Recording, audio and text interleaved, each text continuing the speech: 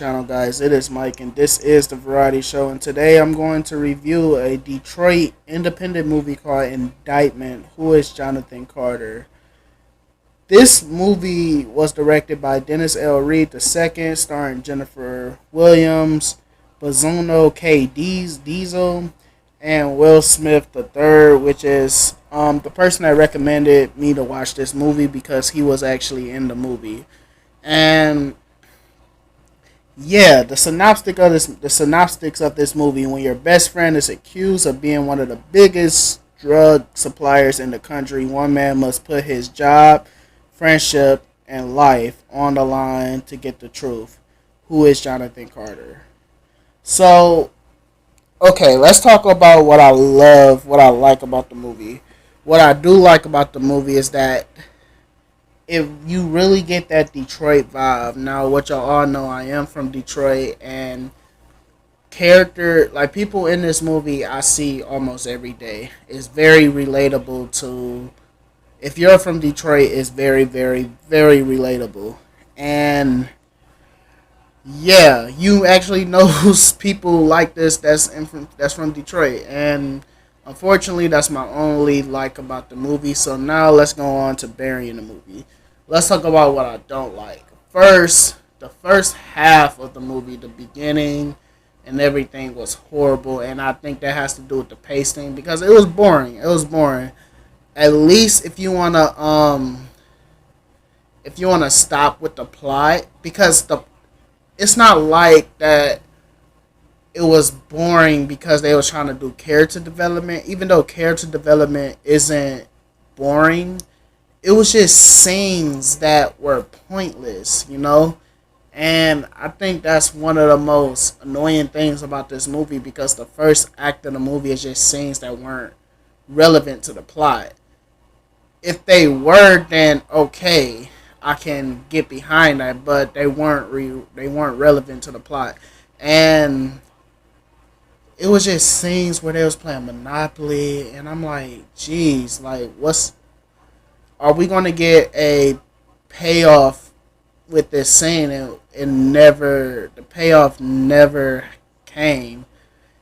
Also, the acting was just horrific. It was one of the worst acting movies I've seen in a very long time. And it's not like the acting was bad like the 80s campy movies like Friday the 13th, because the original Friday the 13th had didn't have great acting at all. Also, Stephen King's the TV series Stephen King's It, the acting wasn't great at all. The only acting was Tim Curry's. But we love those movies because of the plot, the storylines. With this movie, the whole story is just it's a cookie cutout of a movie, a assembly line of a movie. It's a plot that we've seen before, and it's very, very bad. And it shows that it's bad because of the acting and also the plot. It was definitely hard to get into it.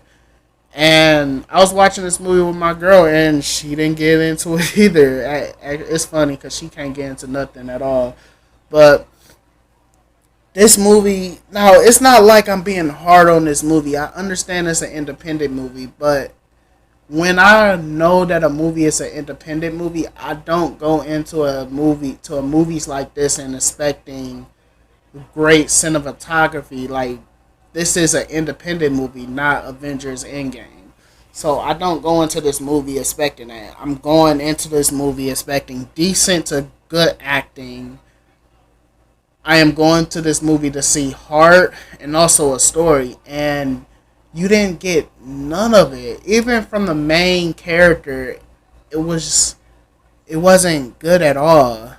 Like, the acting was subpar at best, like 2 out of 5 stars acting. And also